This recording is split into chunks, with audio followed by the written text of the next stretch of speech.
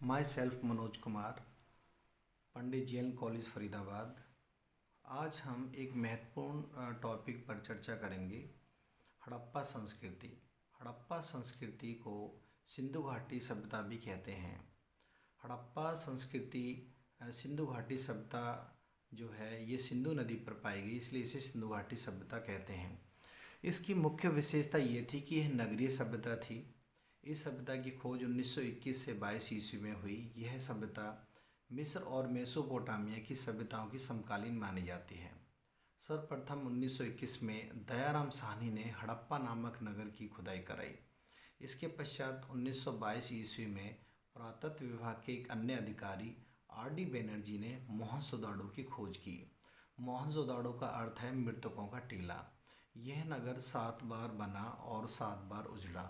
माना जाता है कि यह 7 बार बसा। इन दोनों स्थानों से एक जैसी भवन निर्माण योजना, सड़कें, प्रतिदिन प्रयोग की जाने वाली वस्तुएं इत्यादि प्राप्त हुई हैं। माना जाता है हड़प्पा सभ्यता में हड़प्पा और मोहनजोदाड़ो दो मुख्य रूप से ये राजधानियां उस समय मानी गई, क्योंकि दोनों से मिली प्राप्त चीज़ें एक जैसी थीं। आज इस सभ्यता की लगभग 1000 छोटी व बड़ी बस्तियां प्रकाश में आ चुकी हैं। इस सभ्यता के कार्यकाल के विषय में इतिहासकारों में मतभेद है। सर जॉन मार्शल के अनुसार यह सभ्यता 4000 ईसा पूर्व से लेकर 2500 ईसा पूर्व के बीच अपने विकास की चरम सीमा पर थी। डॉक्टर आर के मुखर्जी इस सभ्यता का काल 3250 ईसा पूर्व से 2750 ईसा पूर्व मानते हैं। अधिकतर विद्वान इस मत से सहमत हैं कि यह सभ्यता लगभग 3000 ईसा पूर्व विकसित हुई। अगर हम मोटे तौर पर कहें तो यह सभ्यता 5000 वर्ष पूर्व प्रकाश में आई, लेकिन यह मुख्य रूप से ये चरम सीमा पर लगभग 2500 ईसा पूर्व थी। हड़प्पा संस्कृति के कई अनेक स्थल भारत में प्राप्त होते हैं, लेकिन हड़प्पा और मोहनजोदाड़ो ये दोनों ही स्थान वर्तमान में पाकिस्तान में स्थित हैं। अगर हम हड़प्पा की बात करें तो यह स्थल वर्तमान पाकिस्तान के मिंटगुमरी ज़िले में रावी नदी के तट पर स्थित है। हड़प्पा नामक इस नगर की खोज 1921 में दयाराम साहनी ने की थी। इस नगर की खुदाई में 6 परतें मिली हैं। ऐसा माना जाता है कि यह नगर 6 बार नष्ट हुआ होगा और इसे पुनः बसाया गया। इस नगर में विशाल अन्नागार प्राप्त हुआ है, बर्तन मिले हैं, आभूषण प्राप्त हुए हैं, मूर्तियाँ भी प्राप्त हुई हैं। ख़ास तौर पर मोहरें मिली हैं जो व्यापार का प्रतीक है। यहाँ पर नर्तकी की कांसे की मूर्ति भी प्राप्त हुई है। मोहनजोदाड़ो की बात करें तो आर.डी. बैनर्जी ने इसकी खोज की सर जॉन मार्शल की देखरेख में, और यह है पाकिस्तान के नरकाना ज़िले में स्थित है। इसमें भी बहुत सारी चीज़ें प्राप्त हुई हैं, जैसे विशाल स्नानागार प्राप्त हुआ है। स्नानागार में नीचे जाने के लिए सीढ़ियाँ बनी हुई हैं। नालियों की बहुत अच्छी व्यवस्था है, और इसके अलावा इस नगर में मिट्टी की 7 सतह मिलती हैं, जिससे इस नगर के बारे में भी माना जाता है कि यह नगर 7 बार बना और फिर उसके बाद उजड़ा। इसके अलावा चनहुदड़ो हड़प्पा सभ्यता की अन्य स्थल है जो मोहनजोदाड़ो से 160 किलोमीटर की दूरी पर स्थित है, सिंध जिले में स्थित है। इस स्थल की खुदाई 1931 में एन.जी. मजूमदार ने कराई। यह भी मोहनजोदाड़ो जैसी वस्तुएं यहाँ पर मिली हैं। इसके अलावा यहाँ पर हमें मनके, तांबे और कांसे के बने अनेक औजार भी मिले हैं। संघोल यह नगर पंजाब के लुधियाना में स्थित है। इसकी खुदाई 1968 में एस तलवार और आर.एस. वशिष्ठ ने कराई थी। इस स्थान से पक्के भवन, मिट्टी के बर्तन मिले हैं। हरियाणा में अगर बात करें तो वर्तमान में राखीगढ़ी में इसके स्थल प्राप्त हुए हैं, और यहाँ पर समय समय पर खुदाई होती रहती है।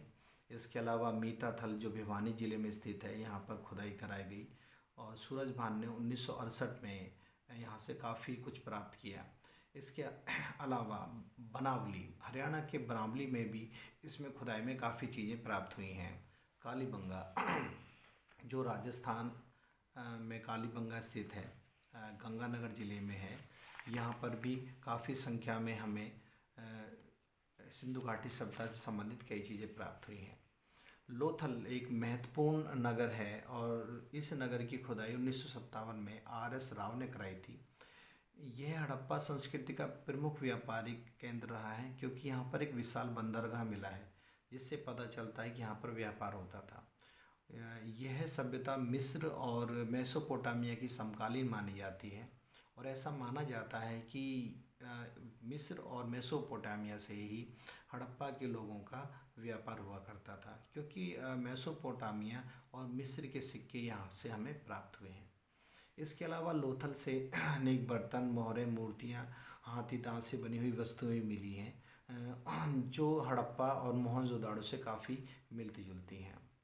रंगपुर गुजरात में स्थित है, यहाँ पर भी हमें हड़प्पा से संबंधित स्थल मिले हैं। इसकी खुदाई एस आर राव ने 1958 में कराई थी, और यहाँ से भी पक्के भवन, नालियाँ, ये सारी चीज़ें यहाँ से हमें प्राप्त हुई हैं।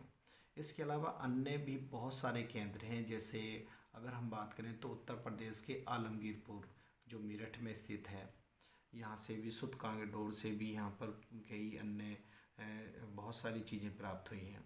लेकिन हम इस हड़प्पा संस्कृति की जो अगर हम विशेषताओं की बात करें तो हमें पता चलता है, तो हम सबसे पहले हम नगरों की बात करें तो नगर में हमें पक्के मकान भवन मिले हैं, और ये यहाँ पर जो भवन है वो 2 से 3 मंजिला हैं, जहाँ पर पानी की निकासी के लिए लकड़ी के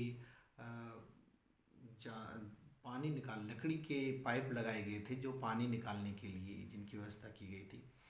नालियाँ चौड़ी थी, मेन सड़क जो थी वहाँ पर नालियाँ थी, जो बड़ी बड़ी नालियाँ थी वो ढकी हुई थी, लेकिन पक्की नालियाँ थी। इसके अलावा छोटी नालियाँ बड़ी नालियों से कनेक्टेड थी। सड़कें एक दूसरे को समकोण पर काटती थी। इसके अलावा जो सड़कों जो मेन सड़क थी उनके दरवाजे गलियों के अंदर खुलते थे, खिड़की दरवाजे, क्योंकि ताकि आसानी से बैलगाड़ी आ जा सके। मेन रोड पर किसी प्रकार का कोई अतिक्रमण या भीड़ भाड़ ना हो। इसके अलावा हम ये देखते हैं कि हड़प्पा संस्कृति के जो लोग थे उनके प्रत्येक घर में कुआं मिलता है, रसोई, इसके अलावा खिड़कियाँ, हवादार खिड़कियाँ मिली हैं। हम ये देखते हैं कि जो मेन सड़क है उसके आसपास इंडस वैली में कूड़ेदान की व्यवस्था थी। रात के समय शायद प्रकाश की व्यवस्था भी थी, क्योंकि जगह जगह पर खम्भे मिले हैं जिस पर लालटेन द्वारा प्रकाश किया जाता था। जो इंडस वैली के लोग थे, ये कुछ जानकारी इन्हें नहीं थी। जैसे अगर हम कहें तो इन्हें घोड़े की जानकारी नहीं थी। घोड़े के अवशेष मिले हैं, लेकिन इतनी ज़्यादा संख्या में नहीं कि हम ये कह सकें इन्हें पूर्ण रूप से जो घोड़े की जानकारी थी। इसके अलावा यह सभ्यता जो है कांसे की धातु का प्रयोग करती थी, क्योंकि यहाँ के जितने भी हथियार मिले हैं वो कांसे के हैं, और इस सभ्यता को हम कांस्य युगीन सभ्यता की श्रेणी में रखते हैं।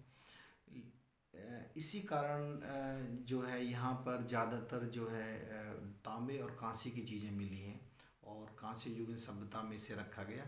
लेकिन अगर हम बात करें लोहे की, तो इन्हें लोहे की बिल्कुल भी जानकारी नहीं थी, और लोहे की जानकारी ना होने के कारण ऐसा माना जाता है कि ये आर्य जो लोग थे, शायद इनका मुकाबला उनसे हुआ, और यह आर्य लोगों का जो है मुकाबला ना कर सके, और इस कारण ये आर्य लोगों से पराजित हुए।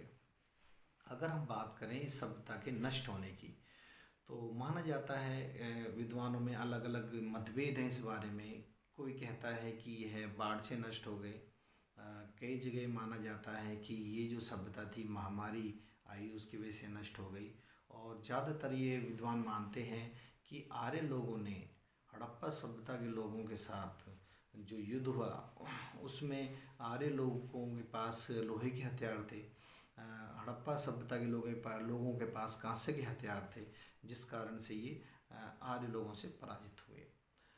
तो हम आज के टॉपिक के में यही कह सकते हैं कि जो हमारी जो हड़प्पा सभ्यता है वो वाकई में ही बहुत ही बड़ी विकसित नगरीय सभ्यता थी उस प्राचीन समय में, जिस समय हम लोग ये अंदाज़ा नहीं लगा सकते थे कि अचानक ही कि हम ग्रामीण व्यवस्था में आ जाएंगे, क्योंकि हड़प्पा सभ्यता के नष्ट होने के बाद आर्य सभ्यता आई, और आर्य सभ्यता ग्रामीण सभ्यता थी।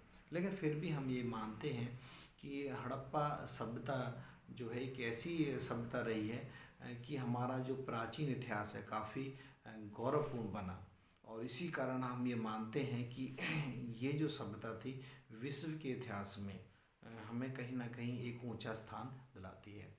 तो आज के लिए इतना ही। धन्यवाद।